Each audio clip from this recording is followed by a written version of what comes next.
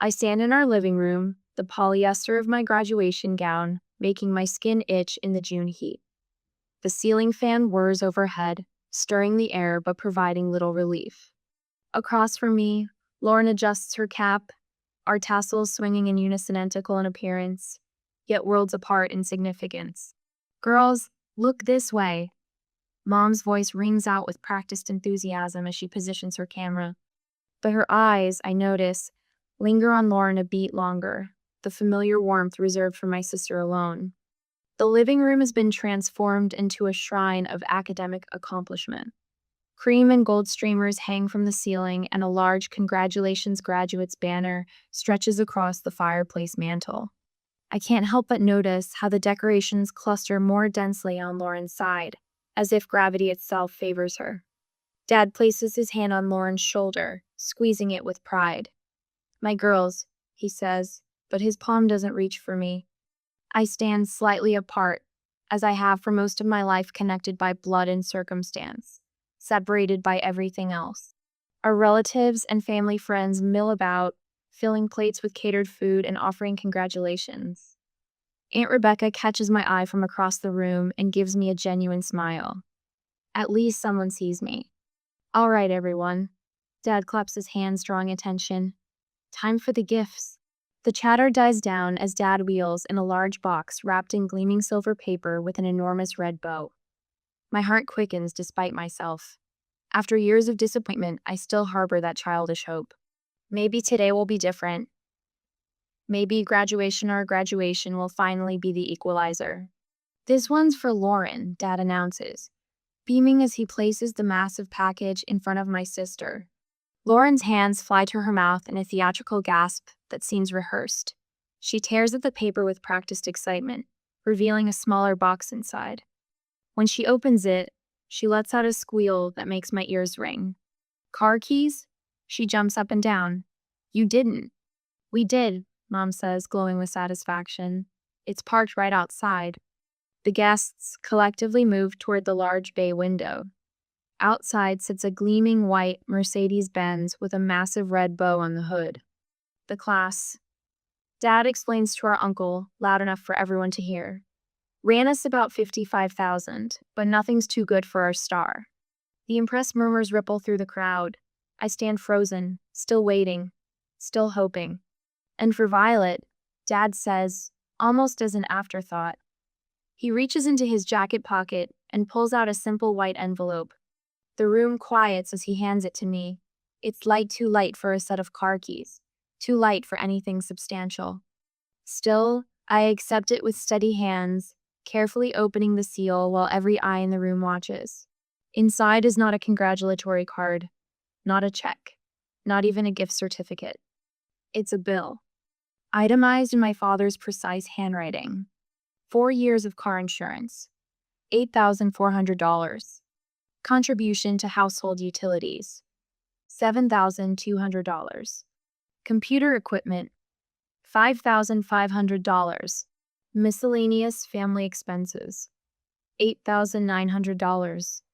Total, $30,000.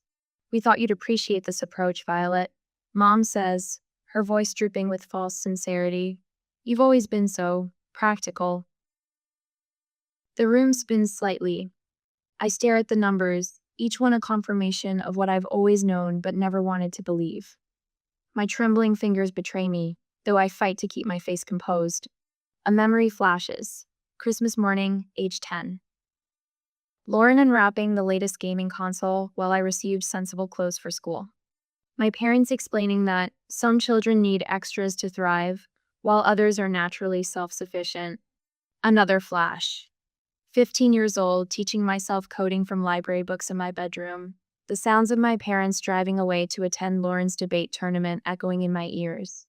Then at 17, my first freelance job completed at 2 a.m., the payment confirmation bringing tears of pride to my eyes, pride no one else would share. Family responsibility, Dad is saying now, his explanation clearly rehearsed. "We've supported you both equally, but differently. Lauren needs different things to succeed in life." Lauren, already texting friends about her new car, glances up with a dismissive shrug. You always say money doesn't matter to you, Vi. From across the room, Aunt Rebecca's eyes meet mine. Her concerned glance is the only acknowledgement that something terribly wrong has happened. I feel it then a flash of white-hot hurt that burns through my chest. I quickly mask it with the composure I've perfected over years of similar moments. But something has shifted. Something has broken. I carefully refold the bill and return it to its envelope. Thank you for this, I say, my voice steadier than I feel. It's a real eye-opener. No one seems to notice the weight of my words. The party continues around me, as guests drift outside to admire Lauren's Mercedes. I stand alone in the center of the living room, invisible as always. I slip upstairs to my bedroom while congratulatory exclamations float up from the driveway. Inside, I close the door quietly and pull my pre-packed suitcase from beneath the bed. I'd prepared it last week a precaution, a suspicion, an escape route I'd hoped I wouldn't need.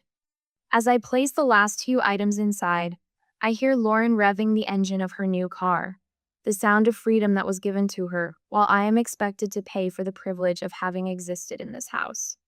Today was supposed to be our day, but then it never really was our anything. I zip the suitcase closed. It contains everything I truly need. And what I need most right now is to leave. Morning sunlight filters through the thin blinds of my new apartment. The space is small, but truly mine. I sit at the edge of the bed, my fingertips tracing the worn cotton of unfamiliar sheets. My phone buzzes for the fourth time this morning. Catherine. That's how I think of her now. Not Mom. Names create distance, and distance is what I need. I let it ring until silence fills the room again. 11 missed calls, I murmur, scrolling through the notifications. 3 from Catherine, 4 from Richard, and 4 from Lauren. The timestamps show escalating concern or perhaps inconvenience. The first calls came around 9 last night, casual in their spacing. By midnight, they were coming every 20 minutes. By this morning, panic had set in. I imagine the scene at home, Catherine discovering my empty bedroom, the closet cleared of essentials, dresser drawers half empty. Richard dismissing it with a wave of his hand. She's just being dramatic. She'll be back. Lauren would have claimed my bedroom before noon. The larger space, the better view a prize she's coveted since childhood. I can see her hauling armfuls of designer clothes across the hallway before my sheets even cooled. My phone buzzes with a text message from Catherine. Violet, this tantrum has gone on long enough. We're worried. Please call. The word tantrum ignites something in my chest, a flash of heat that confirms I've made the right decision. 22 years old, college graduate, and still my emotions are dismissed as childish outbursts. A knock at my door interrupts my thoughts. I tense, wondering if they've tracked me down already. I peer through the peephole to see Aunt Rebecca's concerned face. I brought muffins, she says when I open the door, holding up a paper bag that smells of cinnamon and nutmeg. Her eyes take in the sparse apartment, the secondhand furniture, the single suitcase still partially unpacked in the corner. Oh, Violet. How did you find me? I ask, accepting the bag. I've known you since you were born. You're methodical. You'd want to stay close enough to maintain your client relationships, but far enough to avoid accidental encounters. She settles onto my only chair. You also used my address for your freelance business mail 2 years ago. It wasn't hard to guess you'd choose Oakwood Apartments. I sit across from her on the edge of my bed. Did they send you? They don't know I'm here. She hesitates, her fingers twisting the strap of her purse. There's something you should know. Learned she knew about the bill beforehand. The muffin turns to sawdust in my mouth. What? She told me not to warn you. Said you wouldn't mind, that you'd just handle it like always. For the first time since graduation, I feel the careful wall I've built begin to crack. My sister wasn't just a beneficiary of her parents' favoritism. She was complicit in their scheme. The betrayal cuts deeper than I expected. I see. I manage, swallowing hard. Rebecca reaches for my hand. You're not coming back, are you? No. The word carries surprising weight, finality without regret. After Rebecca leaves, I throw myself into establishing my new life with the same methodical focus that got me through college. I arrange my minimal possessions with care laptop on the small desk by the window, Clothes hung precisely in the closet, toiletries aligned on the bathroom shelf. Each item has purpose, nothing extraneous. I spend the afternoon expanding my client list, sending professional emails from my independent domain rather than the family's shared account. By evening, I have 2 new projects that will cover next month's rent. My phone continues to vibrate. I silence it without looking. That night, I lie in bed, staring at the unfamiliar ceiling. Traffic sounds drift through the window so different from the suburban quiet of my parents' home. Sirens wail in the distance. A couple argues in the apartment above. Yet despite the noise, despite the strange surroundings, I feel something unexpected. Relief. It comes in waves, this strange liberation. No one will walk into my room unannounced. No one will comment on my clothing choices or work schedule. No one will expect me to solve their problems or finance their whims. The weight of constant comparison has lifted from my shoulders. In the days that follow, allies emerge from unexpected places. Aunt Rebecca becomes my reluctant messenger, bringing news from the family without pressure to return. My online clients remain blissfully unaware of my personal drama, valuing me solely for my skills. Mrs. Abernathy, the elderly woman in apartment 3C, brings me a houseplant on my 3rd day. I left my husband of 40 years when I was 62, she tells me, setting the potted fern on my windowsill. Some family ties need pruning for new growth to happen. Margot, the owner of the coffee shop downstairs, starts saving the corner table for me each morning. The quiet one with the computer, he calls me. Sliding free refills my way with a paternal wink. 1 week into my self-imposed exile, the text messages from my parents grow desperate. Catherine, sweetheart, we just want to check in. Why aren't you answering? Richard, Violet, this has gone on long enough. We need to talk. Then the manipulation begins in earnest. Catherine, we're struggling without you. You know we've always supported you. Richard, your sister is asking about you. Don't you think you're being selfish? I read each message carefully, my thumb hovering over the reply button. Instead, I simply leave the read receipts as my only acknowledgement. Let them see that I've read their words. Let them wonder why I choose silence. Let them feel, for once, what it's like to be ignored. 2 months of silence feels like power in my hands. I check my bank account on my lunch break, me latest deposit clearing, without the usual dread of calculating what portion my parents would expect me to contribute to family expenses. The number grows steadily, unmolested by others' needs. My phone buzzes with the 7th voicemail this week. I don't need to listen to know its contents. They've evolved from Catherine's concerned, just checking in, sweetheart, to increasingly desperate pleas about bills and financial difficulties. Richard's messages carry the edge of command that once would have sent me scrambling to solve whatever crisis had emerged. I delete without listening. There's a certain peace in that simple action. My tiny apartment has begun to feel like mine in ways the larger family home never did. A second-hand desk positioned perfectly beneath the window. A bookshelf filled with computer manuals I no longer have to hide between classic novels to avoid comments about always working. The absence of Lauren's mess spilling past invisible boundary lines. The quiet when I want it quiet. The coffee shop beneath my apartment has become a sanctuary of sorts. Margot, the owner, nods as I settle into my usual corner table. Your father came by yesterday, he mentions casually, placing my usual order before me. Quite insistent about knowing your apartment number. My stomach tightens. What did you tell him? Marco's weathered face creases with a smile. That we respect our customers' privacy. He didn't take it well. I wrap my hands around the warm mug. Thank you. Family's complicated, Marco says with the wisdom of his 60-plus years. But it should never be combat. At my desk that evening, I open the most recent email from a tech company needing database work. The offer is larger than any contract I've handled before. My fingers hover over the keyboard, old habits whispering that I should consult with Richard first. But Richard never consulted me before presenting me with a bill for my existence. I accept the contract without seeking anyone's approval but my own. Later, I find myself leafing through a small notebook I've kept since I was 15. Each page documents instances of imbalance: Christmas gifts with approximate values, school events attended or missed, praise given or withheld, financial support offered or denied, the clinical accounting of a child trying to understand why love seemed to flow so naturally toward one daughter while requiring justification for the other. I'd never shown it to anyone, partly from shame at appearing so petty. Now I recognize it wasn't pettiness, but self-preservation documentation against the gaslighting that accompanied every confrontation about unequal treatment.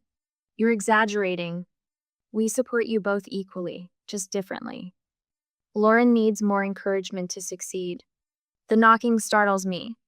3 sharp raps, followed by a familiar voice. V, I know you're in there. Lauren, my twin, my opposite, my lifelong competitor for resources I never wanted to compete for. I opened the door to find her looking smaller somehow. The confident posture she'd perfected at 16 seems diminished. Her designer Percy high school graduation gift hangs from her arm, but her usual polished appearance shows cracks. They sold the car, she announces without preamble, pushing past me into the apartment. The Mercedes. Are you happy now? I closed the door quietly, watching her survey my modest living space with something between pity and confusion.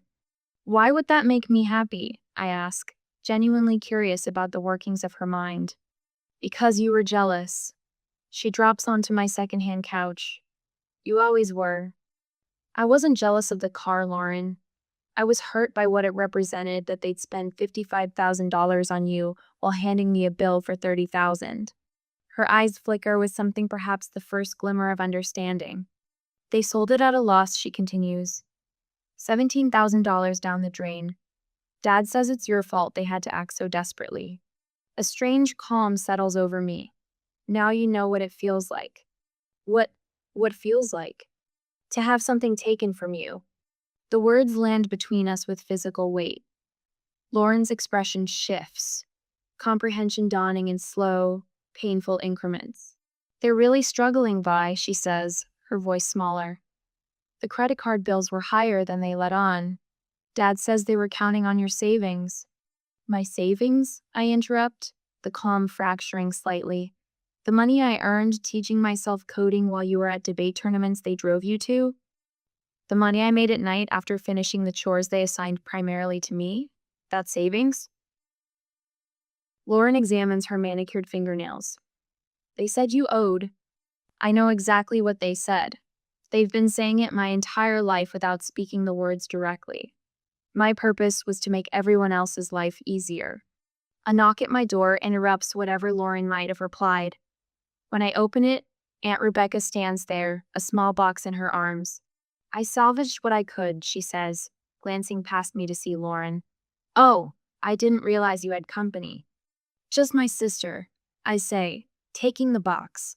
Inside are childhood momentous me high school academic awards, childhood drawings, the small robotics trophy I'd won in 9th grade that had been relegated to the basement, while Lauren's debate trophies line the hallway. They're purging, Aunt Rebecca explains. Selling things. I didn't want these to disappear. Lauren rises from the couch. Things are bad, Vi, really bad. Her eyes shine with unshed tears. Look, I know I've never said this before, but I'm sorry. For a lot of things. They're talking about selling the house, and I just thought, maybe you could help. Not for them, but for me. The request hangs in the air, couched as an apology, yet still asking me to sacrifice. The familiar family dynamic reasserting itself, just with different words. No, I say, the single syllable carrying the weight of 1,000 unspoken ones from my past. Lauren blinks. What? I said no, I won't rescue them. Or you. I set Aunt Rebecca's box on my desk. I spent my whole life solving problems I didn't create. I'm done. After they leave Lauren in teary indignation, Aunt Rebecca, with a gentle squeeze of my hand, I finally allow myself to cry. Not the controlled, private tears I'd perfected in childhood, but deep, body-shaking sobs that feel like excavation, like archaeology of buried pain. I cry for the child who kept a notebook documenting her own diminishment, for the teenager who believed that if she just worked harder, she'd earn the love freely given to her sister, for the young adult who received a bill instead of congratulations on her graduation day. My phone rings as the tears subside, and Rebecca's name on the screen. They're selling the house, she says without greeting. They have no choice now. The family home, the site of 1,000 small wounds and occasional moments of joy, the physical space that contained my systematic erasure. And I manage, unsure what she expects from me. Your father listed it this morning, below market value, needing a quick sale. She pauses. With what you've saved in that new contract, you could buy it, Violet. You could buy your family home. The irony lands like a physical blow. Me purchasing the very house my parents never fully allowed me to belong in. Why would I want it? I ask, voice steady despite the storm inside. I don't know, Aunt Rebecca answers honestly. Revenge? Healing? Closure? Or maybe just because you can. After we hang up, I sit in the growing darkness of my apartment, weighing power against peace, justice against freedom. The choice before me isn't really about real estate at all. It's about whether taking back your power means using it the way it was used against you, or forging something entirely new from the ashes of what was taken. I sit cross-legged on my apartment floor, surrounded by spreadsheets and financial projections. The mid-morning sun streams through my single window, catching dust motes in its beam. My laptop screen displays my savings account balance, a number that has grown steadily since I left home 6 months ago. Enough to buy the family house if I wanted to. My phone buzzes with another notification. Catherine, I've stopped thinking of her as mom, in my private thought shiz, sent her third email this week. The subject line reads, "This was your home too, don't you care?" The automatic filter I created sends it straight to a folder I check only on Sundays when I'm emotionally prepared. I've set similar boundaries for texts and voicemails. Technology serving as the barrier my parents never allowed me to build. I return to my calculations. The money I've saved, properly invested, will secure my own future. Not theirs. Not Lauren's. Mine. A knock at my door breaks my concentration. Aunt Rebecca stands in the hallway, holding a cardboard box. "Just a few things I thought you might want," she says, stepping inside without waiting for an invitation. "Your science fair medals, that journal from middle school, some photographs." I accept the box with a nod. "Thank you." Rebecca surveys my small apartment with approving eyes. "You've made this place your own." "I've made me my own," I correct her.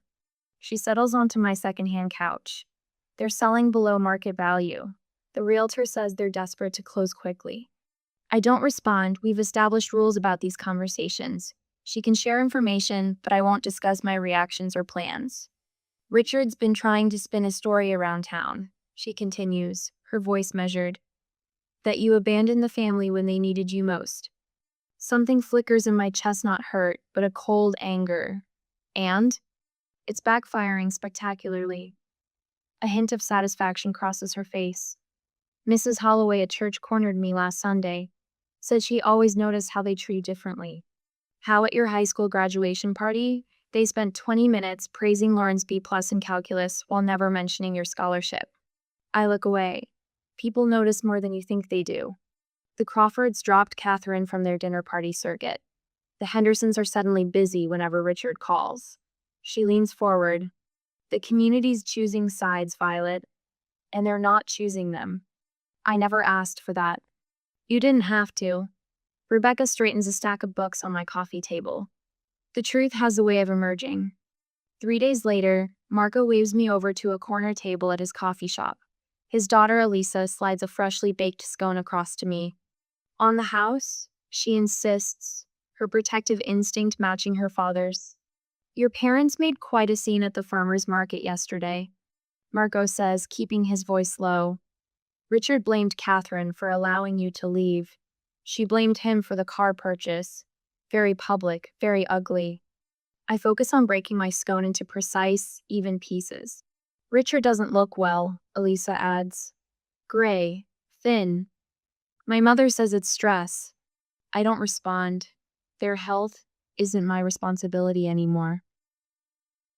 Marco places his weathered hand over mine.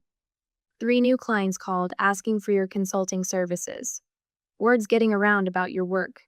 His coffee shop has become an unofficial headquarters. Clients find me here. Friends check in. A surrogate family forms around steaming mugs and quiet conversations. That evening, Mrs. Abernathy knocks on my door, her financial advisor in tow. This young lady helped me secure my retirement, she says, introducing the sharp-eyed woman beside her. She can help you make that money work for you instead of just sitting in savings. By the time they leave, I have an investment strategy that will triple my earnings over 5 years. 6 months after graduation day, I signed the papers on a small house 3 neighborhoods away from where I grew up. It's modest but mine, purchased with money I earned and saved. The afternoon I move in, Lauren calls. I need a loan, she says without preamble. Her voice lacks its former confidence, the golden shine tarnished by reality, just until I find something steady. And what are you doing to find something steady? I ask, unpacking dishes in my new kitchen. I have an interview tomorrow. The admission comes reluctantly. Retail. Nothing like what I was supposed to have. The Mercedes was what you were supposed to have too. I say, neither cruel nor comforting. How's that working out? Silence stretches between us. I start training next week, she finally says. Mom and Dad keep fighting about money. Dad's blood pressure is so high his doctor called twice last week. I absorb this information without comment. Mom called Aunt Rebecca crying yesterday. Said she never realized what they'd done until they had to do everything themselves. Too little, too late. But I don't say that either. The family's falling apart, Vi, Lauren whispers. Without you holding us all together. After we hang up, I find a cream envelope in my mail. Inside, a handwritten letter in Catherine's flowing script. We know we lost you, the final paragraph reads, and that's a price far greater than any car or debt. I read it twice before placing it in my desk drawer, unmoved. Words cost nothing. Actions built this wall between us. The next morning brings another envelope, this one bearing Mrs. Abernathy's neat handwriting. Inside, formal legal language catches my eye. I read it twice to be sure I understand. I've updated my will. The accompanying note states plainly, I never had children who appreciated me, but I see myself in you, Violet. The papers indicate a future inheritance, her house, her investments, her carefully tended garden. Security beyond what I could have imagined last June when I packed a single suitcase and walked away from family obligation. That night, from my front porch, I watched the neighborhood settle into evening routines. Through windows, I glimpsed families gathering for dinner, ordinary moments I once craved. But in the quiet of my own home, I find something better than what I lost. Recognition from someone who sees my true worth. Have you noticed how often the people who truly value us aren't blood relatives at all? Why do you think it takes a family crisis for some parents to recognize their children's true worth? The certified letter sits on my kitchen counter, its official markings like a poison label. I've stared at it for 20 minutes. The sender's information, Greenfield and Associates, attorneys at law, burning into my retinas. When I finally slice it open, the absurdity of its contents nearly makes me laugh. Formal notice of claim against earnings. Family investment in your education. Reasonable expectation of financial contribution. The legal jargon continues for 3 pages. But the message is clear. My parents want a piece of my success. The business I built from scratch, the clients I earned through late nights, and self-taught skills they're claiming it as dividends on their investment. My phone vibrates. Lauren's name flashes on the screen, the 3rd call today. Against my better judgment, I answer. V? Her voice sounds small, nothing like the confident sister who once accepted a Mercedes without a second thought. They've done something terrible. Dad hired a lawyer. I know. The envelope crinkles in my hand. I received the letter this morning. I tried to talk them out of it. A catch in her throat suggests tears.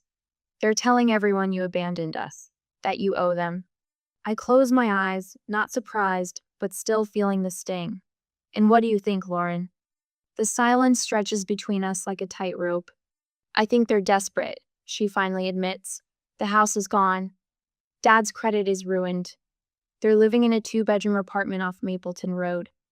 The address registers not far from where I started after graduation day. The symmetry would be satisfying if it weren't so sad. This legal claim. Lauren continues, her voice steadying. It's garbage, Vi. Pure garbage. They know it too. Aunt Rebecca's living room feels like neutral territory, though her eyes telegraph worry as she pours me tea. Outside, fall leaves scatter across her lawn, red gold like warning flags. Your mother's been calling the family, she says, settling into her armchair. Thanksgiving is in 3 weeks, and she's working the phone like a politician. I cup my hands around the warm mug. What's she saying? That you've forgotten where you came from. That family stands by family.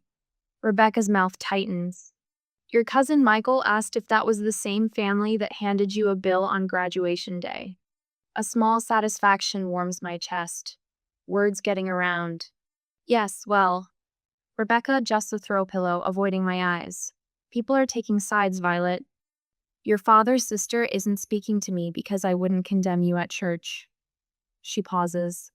The annual Hawthorne family Christmas photo is scheduled for December 1st. Your mother mentioned pointedly that you'll be noticeably absent. The Christmas photo tradition stretching back to my grandparents' generation. My absence will speak volumes. I'm sorry you're caught in the middle, I tell her, meaning it. Rebecca reaches for my hand. Don't be. Some middles are worth standing in. My attorney's office smells of leather and lemon polish. Clarissa Wu reviews the letter one final time, her experienced eyes narrowing at certain passages. This is legally indefensible, she states, setting it down with a decisive tap. No court would entertain the notion that parents are entitled to their adult child's earnings as repayment for raising them. I've brought my documentation and leather portfolio containing years of financial records. Every inequity meticulously noted. Lauren's car insurance paid while mine wasn't. My computer equipment purchased from my own savings while Lauren's came as gifts. College application fees covered for one twin, but not the other. We could countersue, Clarissa continues, flipping through my records with raised eyebrows. Emotional distress. There's certainly evidence of differential treatment. The thought of dragging my family through court, exposing our private pain for public consumption, sits like a stone in my stomach. What's the alternative? Clarissa closes the portfolio. Sometimes the most effective response isn't legal at all. The letter takes me 3 days to write. I check each fact twice, strip away accusatory language, and focus on documenting the timeline.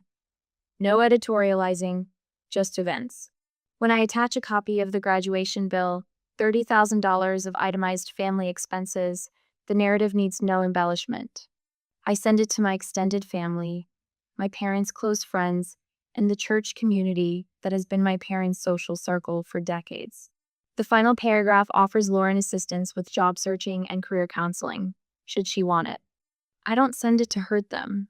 I send it because the truth, plainly stated, is the only defense I have against their revisionist history.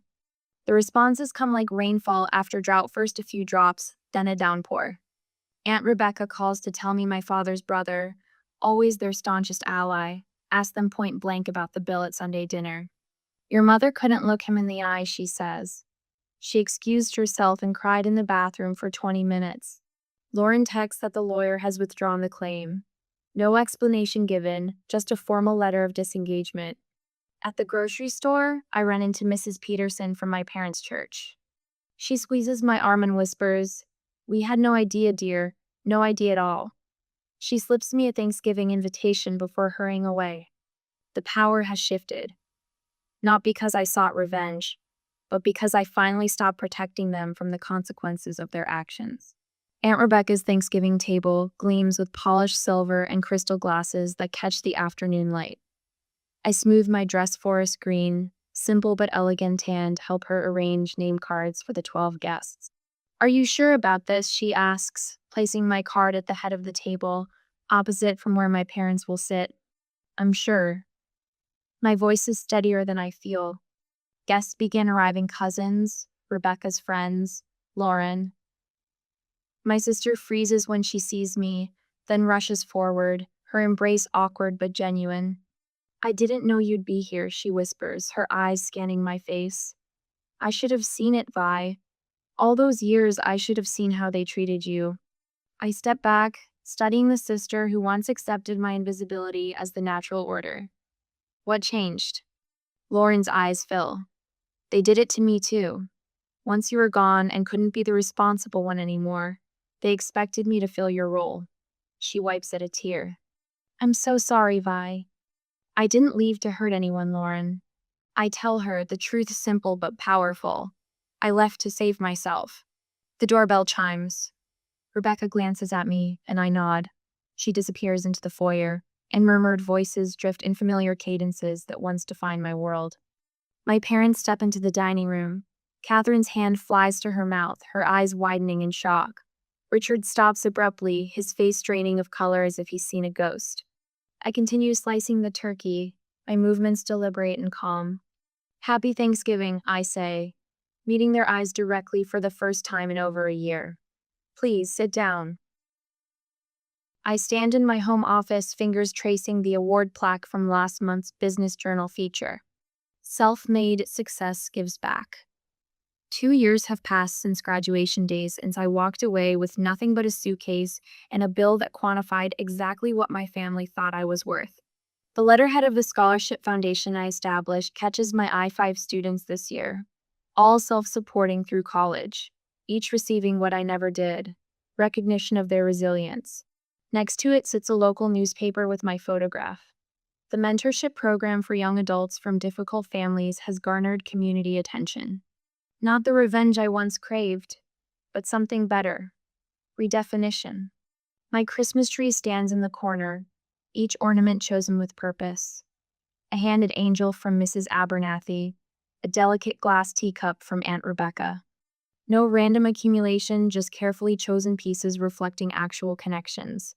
2 months ago, I sat beside Lauren at her business school graduation, our parents conspicuously absent. "I told them not to come," Lauren had said, her voice carrying newfound steadiness.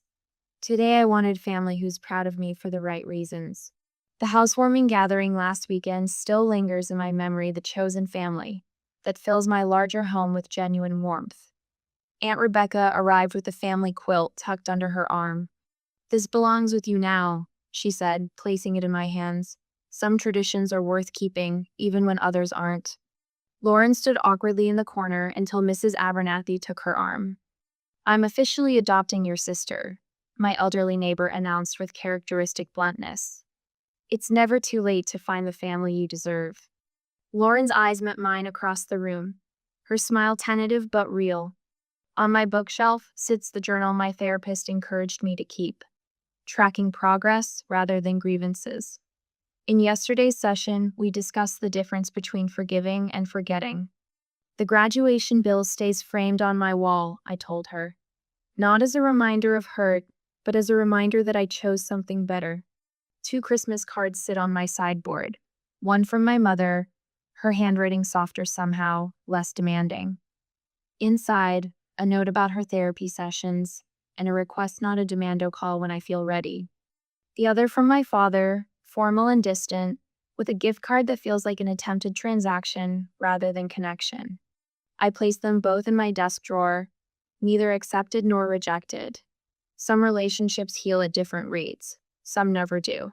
I've made peace with both possibilities. My doorbell rings. Through the peephole, I see my mother standing alone, snowflakes gathering on her shoulders. Her face lacks its usual certainty.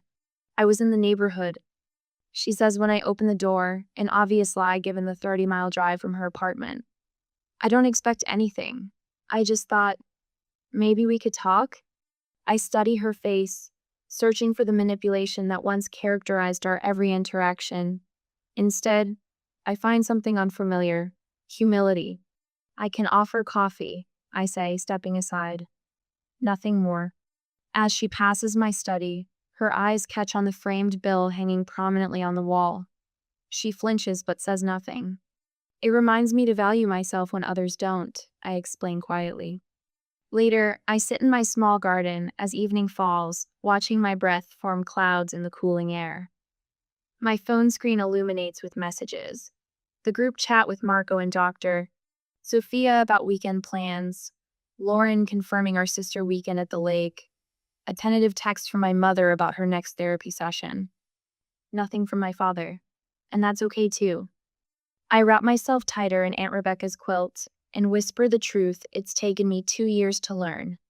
Some debts can never be repaid, but some gifts like freedom you give yourself